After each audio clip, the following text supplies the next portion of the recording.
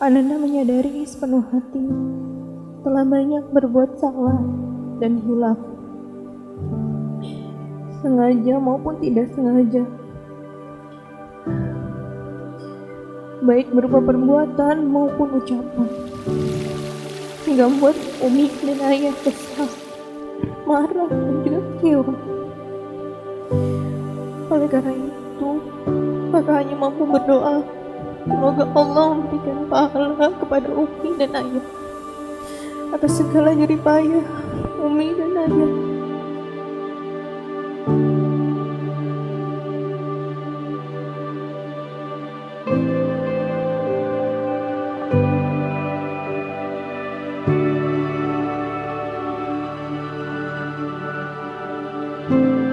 Orang beriman yang paling sempurna imannya adalah yang paling baik akhlaknya dan yang paling santun dan lemah lembut kepada istri dan anak-anaknya, penyayang kepada anak-anaknya. Jadi Pak Andri, pergaulilah istrinya sebagaimana Pak Andri mempergauli dirinya sendiri.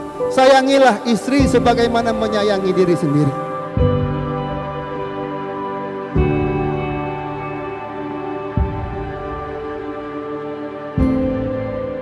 Saudara Adrianto S.H.